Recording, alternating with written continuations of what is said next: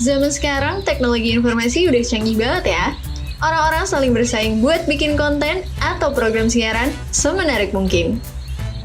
Tapi kamu pernah nggak sih nangis bombay karena nonton konten tentang sulitnya kehidupan orang-orang yang mengalami kemiskinan? Kayak konten donasi, acara TV bedah rumah, atau bahkan konten bagi-bagi uang dari YouTuber terkenal. Pas nonton itu, hati kita sebagai audiens pasti tersentuh dengan ekspresi wajah penerima bantuan yang pilu terharu. Kita juga jadi terinspirasi untuk jadi orang baik dengan memberi bantuan kepada orang yang mengalami kemiskinan. Konten-konten kayak gitu rasanya kan baik ya, bikin kita jadi lebih peduli dan aware sama sekitar.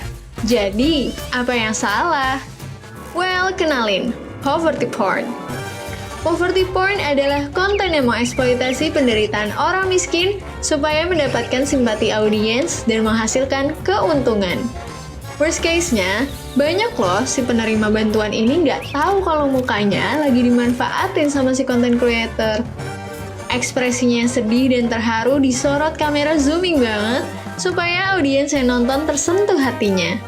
Pada konten poverty porn juga seringkali isi rumah penerima bantuan diekspos hingga ke kamar, lalu didapatkan seorang anak malnutrisi sedang tertidur dan dirubung lalat, serta framing lainnya yang menunjukkan betapa menderitanya orang dengan kemiskinan ini.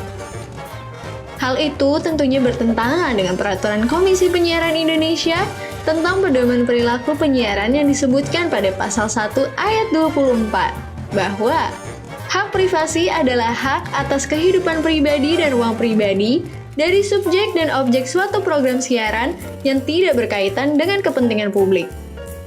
Selain itu, menurut Organisasi Pengentasan Kemiskinan di Austria, kemiskinan adalah fenomena sosial yang memiliki faktor struktural, tidak sesederhana diselesaikan dengan memberi uang secara cuma-cuma. Misalnya, jika ditemukan kemiskinan di suatu wilayah, kita harus membuka ruang diskusi dengan mengaitkan pemerintah setempat, dinas sosial, atau faktor lain. Terus, gimana dong caranya kalau kita mau bikin konten untuk membantu sesama yang terjerat kemiskinan, tapi terhindar dari kategori poverty porn? Nah, ada 4 aspek penting dalam panduan pemberitaan kemiskinan yang dikeluarkan oleh The Armus Conference buat kamu. Pertama, jadikan orang dengan kemiskinan sebagai subjek, bukan objek konten. Kedua, gambar yang diekspos tidak mengumbar kesengsaraan. Ketiga, bahasa yang digunakan sensitif dan empowering. Terakhir, konteks pemberitaan didukung oleh fakta dan data. Nah guys, gimana? Sekarang udah paham tentang poverty porn dan etika bermedianya kan? Kalau menurut kamu, gimana? Yuk, sebarkan info ini dan terapkan etika bermedia dengan baik untuk akhiri poverty porn.